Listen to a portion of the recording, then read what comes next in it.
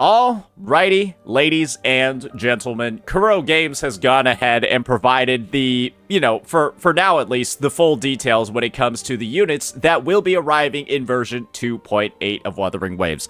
And it's safe to say that this might be one of the most hyped patches yet. Because of course, we've got Chisa, who's going to be a Havoc Broadblade, and we're also going to be having Buling, who is, I think this really threw pretty much everybody off. I don't think anyone predicted this. She's going to be an Electro Rectifier. Yes, the character, who clearly looks like she's either Spectre or Glacio, is actually going to be an Electro Rectifier. I know, that's, it's a bit of a shock. Pun intended. Anyways, before I lose any more subscribers, I'm gonna go ahead and get us to the point of this video over here. So, what we're going to be doing today is actually covering, based off the attributes as well as the weapon type of these units, how actually free-to-play friendly they might be. Because there are a lot of existing context clues, at least for Chisa, that would really show that she has a significant amount of potential synergy with some existing weapons on the roster. And when it comes to Buling, we've got no idea what she's going to be up to as a 4-star unit, but we'll just list out some of the potential weapon types that are out there, as well as the roles that she's going to play. And, well, frankly, she's probably going to have some good options as well. So without further ado, let's just go ahead and get it all started by talking a bit about Chisa. So we've got Chisa over here, Havoc Broadblade, and one thing in particular that we know is already in the game regarding her potential role is the new 4-cost Echo that got introduced in version 2.7. Kuro's pretty much on board with story spoilers at this point with all their official materials. They've already uploaded all the cutscenes and stuff. I can't really dodge it anymore because we're about a week and a half into the patch. Let's just get right into it. It's going to be the 4-cost Echo that you get from the 2.7 weekly boss, right? And this thing clearly has a very specific looking effect over here. It boosts, first and foremost, Havoc damage and Resonance Liberation damage, and then also, right, naturally has some built-in synergy with Havoc Bane, where it does additional damage with the resonators, the active resonators in the team's attacks, triggered once every 0.5 seconds, and then, of course, enemies with Havoc Bane on them, the status effect, take more damage from this effect. The kind of like context clues that are provided for us over here point to one direction. Chisa's probably 1,000,000% gonna deal Resonance Liberation damage as, pretty much everything. This is a Havoc Echo. It lines up with what we're seeing over here. And Kuro typically doesn't put in 4-cost Echoes unless they're gonna be used by a relevant character. And if it's not Chisa, well, ladies and gentlemen, there's no way it's going to be used by anybody until after version 2.8, after probably version 3.0, because Chisa is supposed to be the last unit in the 2.x arc. At least based off of those teasers that we saw way back that showed all of those other playable units. So with that in mind, right, I think it's pretty simple what's going on over here. If Chisa's a character who's going to benefit pretty severely from Resonance Liberation damage, and she's also a character, right, that's a Broadblade user, then there's going to be naturally some stuff on the roster that might work out well for her. And the first option I'm going to talk about is, of course, the one that everyone can reasonably gain access to. Lustrous Razor. Yes, ladies and gentlemen, probably the best overall free-to-play Broadblade in the game. It's not that great because it only has attack as its stats, right? It has no crit built in, but it has some things that are very, very, very beneficial to certain types of characters. It gives ER, which is a stat that almost everybody on the roster needs except for Lova. And it also gains a Resonance Liberation damage bonus to the wielder every time they use a Resonance skill. So what I'm hoping for Chisa's kit is a couple of things. I'm hoping that she has a couple of built-in Resonance skill casts available for her so that she's able to actually, go ahead and at least maintain a decent amount of uptime on this ability, because you need to use 3 Resonance skills. Second, I'm pretty sure that this weapon, even if you can only use one, is still going to be a somewhat decent option, right? It'll boost her main damage type, which again, we're thinking is Liberation, and of course, also provide that ER, just in case she's somebody that's maybe Liberation reliant, which I imagine a Liberation-based character would probably be.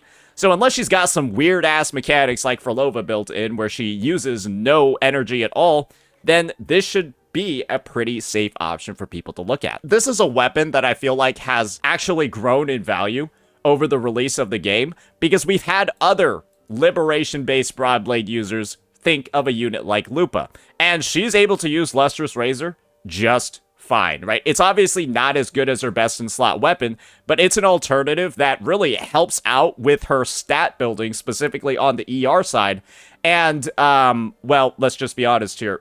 It's not as good, but it's probably her best in slot as, like, the second option.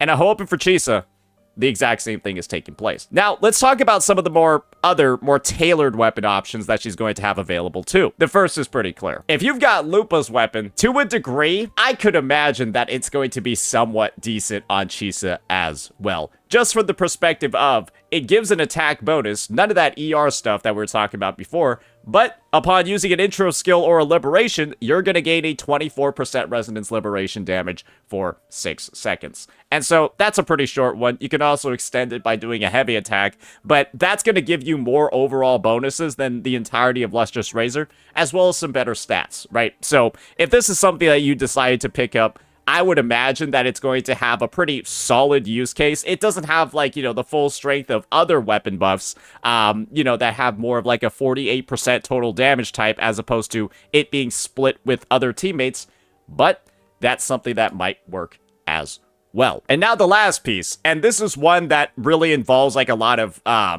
potential theory crafting, and it's based off of this idea over here. This Echo seems like it's designed for somebody that isn't necessarily a main DPS. You can see at a baseline, it doesn't do a lot of damage. It only does 131%. 2 instances of it, 260% is not really that much, specifically on an Echo skill.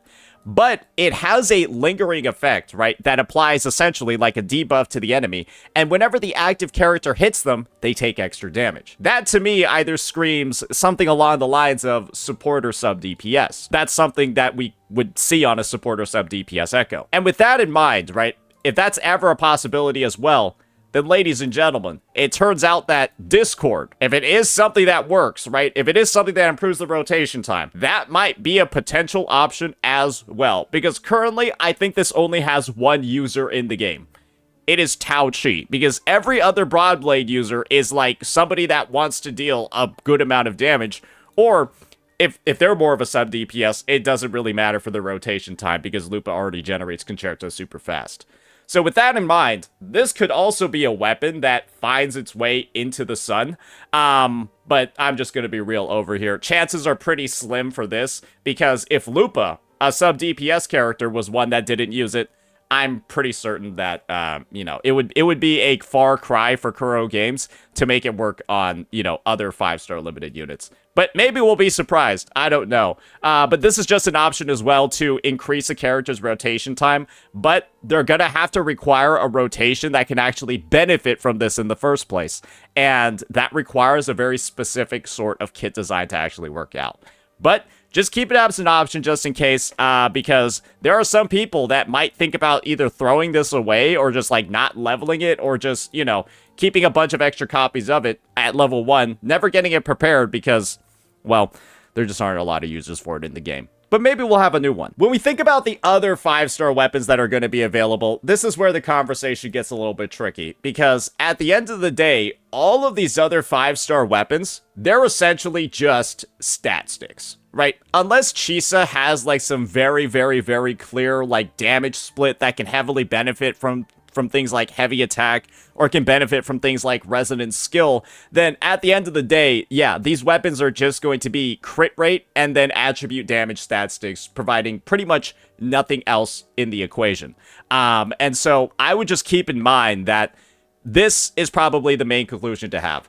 The fact that she's a Broadblade, the fact that she's very, very, very heavily hinted as a resonance liberation damage dealer, and you have one as a free-to-play option, that alone, to me, shows that Chisa might actually have a lot of potential value, even if you're a character that, well, doesn't necessarily actually pull on weapon banners. And that was actually the case for Lupa.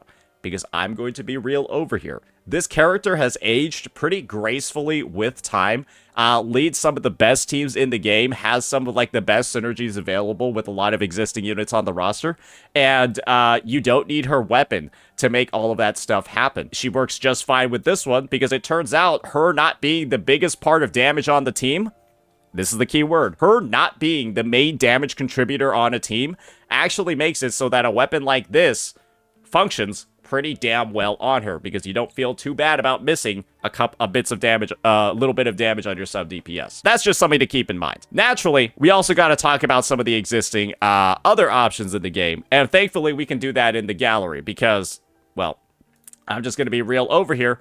The Broadblades that are available in the Battle Pass are a bit of a bait. This one over here, right? Some might have thought that the Broadblade weapons were intended for specific users that were coming in 2.0. Yeah, this is the Broadblade that exists for the new BP weapon series. It boosts attack and heavy attack damage, which probably is not what Chisa is going to want because this is clearly designed for Augusta. Way back in the day, I actually thought Chisa was going to be a sword user, primarily because when you look at this bad boy over here, Feather Edge, this boosts your liberation damage and then this boosts your attack. So we honestly, if Chisa was a sword user, this would have all made so much more sense. But currently right now, it doesn't really. I don't know why this thing is in the game. I don't even know if we have a sword liberation damage dealer at all because this doesn't work for Chuyan either, who's like a heavy attack person. So, yeah, this might be the big actual miss of the 2.x series. Just keep in mind that, these probably won't work out that well on her. If anything, the best 4-star option that Chisa's probably going to have is the Meditations on Mercy, the Rinacita Craftable, the one that increases your damage dealt when an enemy has a negative status.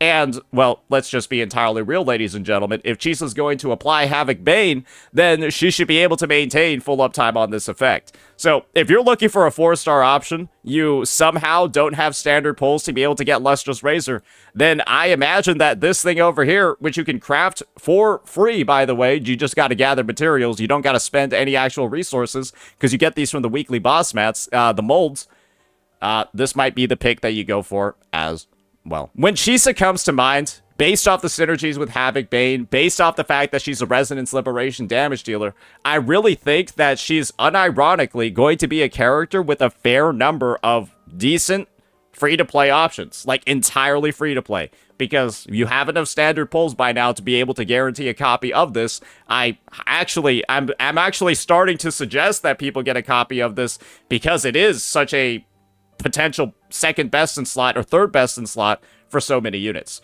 Chisa, hopefully, being one of them in the future. That's going to be our coverage on this new unit that's arriving to Wuthering Waves. Of course, remember to keep in mind that this is a pre-release, just entirely theory crafting video. No idea how the characters' kits work or what they're going to do, other than the clues that we have in-game.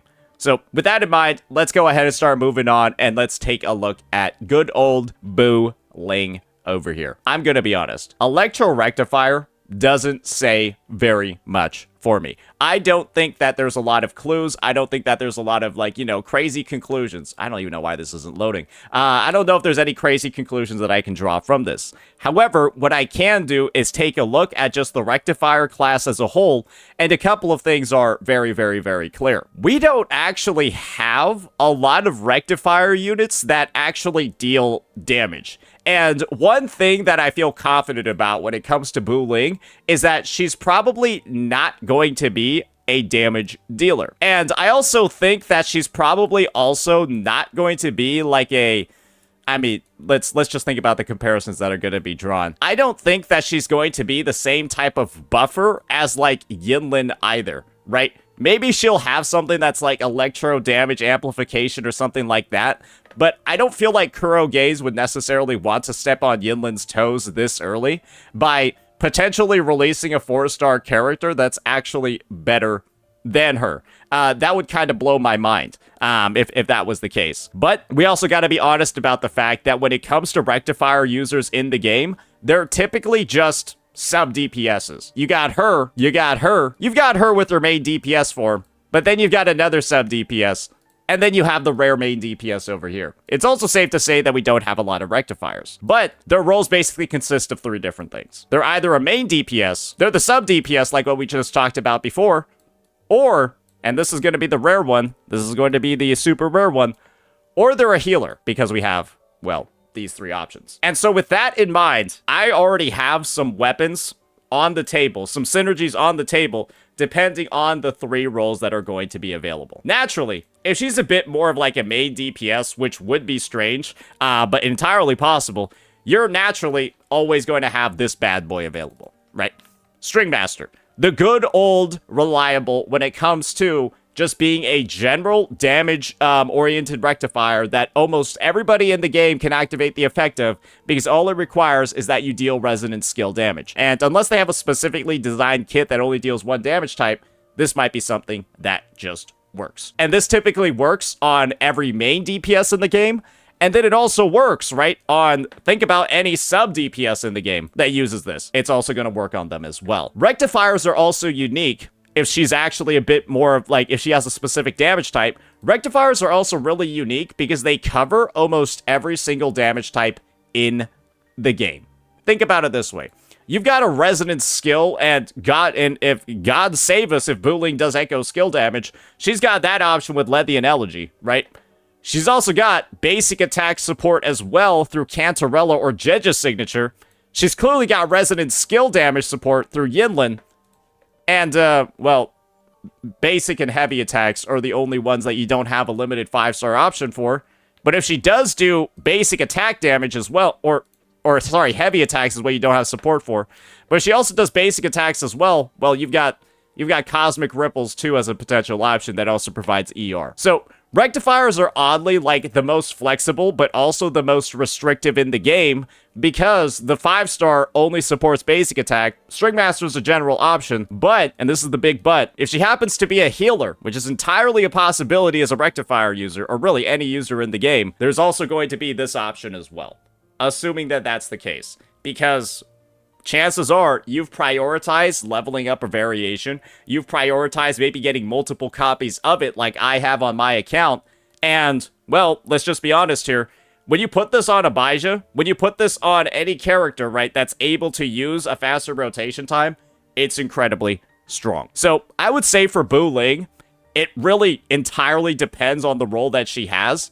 And so I would just break it down this way. If she's a healer, you have variation to get the job done. And if she's more of like a sub DPS, you've got plenty of different choices to actually go from on the roster, but not a lot of good 4-star ones. And that's kind of like the unfortunate reality. That's why String Master is such a highly recommended pick. I would dare say that Buling, if she isn't a healer and she's only a sub DPS or she's only a main DPS, it's probably going to be a little rough making her work out unless you have an option like this, or maybe even an option like this. Because the 4-stars that you have available, things like Jinzo Keeper, this is just dog shit. This is just trash. This is also entirely just trash. And this, unless she's got like some sort of split scaling or something like that, this is also garbage. And it's a little bit rough when you think about it from the perspective of, man, the expectation for the Rectifier class is almost that you have a String Master already. And, well, if you don't, then you might have a couple of problems getting this unit geared up. So that's why I'm so hesitant about this whole like rectifier thing, this rectifier label. The weapon class as a whole isn't that great. One thing that I would say though is that if Buling was actually like a sword user or a pistol user, this conversation would be entirely different, right? Because for those weapons, let's just be real here, you have some amazing existing standard options, right? She would be able to use something like Emerald of Genesis, which is just available on the standard banner, and it's great for every single character that could even think about using it. It's even decent on Cartithia, who doesn't even scale off of attack. And then, of course, right, if she was a pistol, then you'd have some goated stuff like Static Mist, which would allow them to support the team to some degree. However, she's a rectifier. And so the best you're going to have in this situation, ladies and gentlemen, it's this thing. And so if you don't deal basic attack damage, this is literally just an ER stat stick with an attack main stat. This is literally, I think, the worst standard weapon in the game. because it literally is just worse than all of the existing 5-star limited rectifiers as well, because there's 2 of them that boost basic attack, and they boost it more than this. It's trash. And that makes every future rectifier character very, very, very questionable, unless you have a string master or unless you have a variation. And that, again, is based off the roles that they play. So, yeah, naturally, with that in mind, I think I just need to make something about this very clear. If you're a veteran player, you probably have a string master, and you probably have variation. That's one thing clear for somebody that's, you know, been playing the game for over like 180 days, maybe over a year, maybe since the start of the game's release. That's been a priority that's been made known across the community, and you likely have that.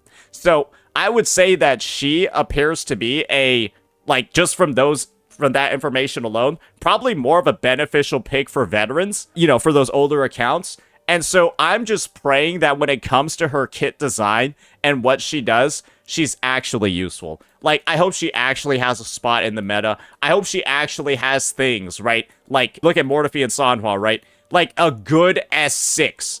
Because so many of the units that have been released, honestly, it's only 2, are just, like, complete garbage, right? Like, you got this piece of trash over here, and then you got this piece that could have been good, but is simply trash due to the fact that their outro skill is like 30% shorter than everybody else's for absolutely no reason, right? If I see some shit like this in her kit, or it's like, oh, yeah, her S6 is actually like some goofy shit like Yohu's that like boosts her non-existent personal damage, it's gonna be sad.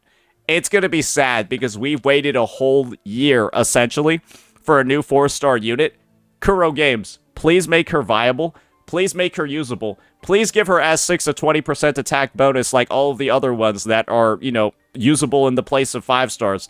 Please make her, you know, fill one of the damage types that we need. Echo skill damage amplification, right? Because Galbraina really needs a fucking teammate that isn't Mortefi for a free-to-play. Please give Resonance Liberation 38% amp because John Shin is the only way to get it and she kind of sucks dick. And then can we also get Resonance Skill as a possibility as well? Because Tao Chi is great if you don't know how to play the game, because she makes you tanky as hell, but her rotation time is the slowest thing I've ever seen. Like, and she also doesn't give the 20% attack buff at S6, right? All she gives is this. Like, what the fuck is this? Like, what is this? This is like the 3 dragons, right? Where, like, Mortefi and Sanhua are like the dragons that are like, you know, super professional and stuff, or like they look like dragons. You know, they got the good S6s. And then Tao Chi is just over here. She's just looking goofy as shit because this is the most useless thing in the game because you don't even like use these attacks. It's stuff like that in the game where I'm just like, okay, we need like these. This is dated. This is old. This is an artifact. Like, right? Like we want more modernized stuff. And the situation when it comes to these 4-star units and these good amplification outro skills that we haven't gotten more of, yeah, that's a situation that hasn't changed at all since version 1.0. And they could have done it with this unit, but they just decided to hamstring her into unviability by simply making this 4 that used to be there into a 0.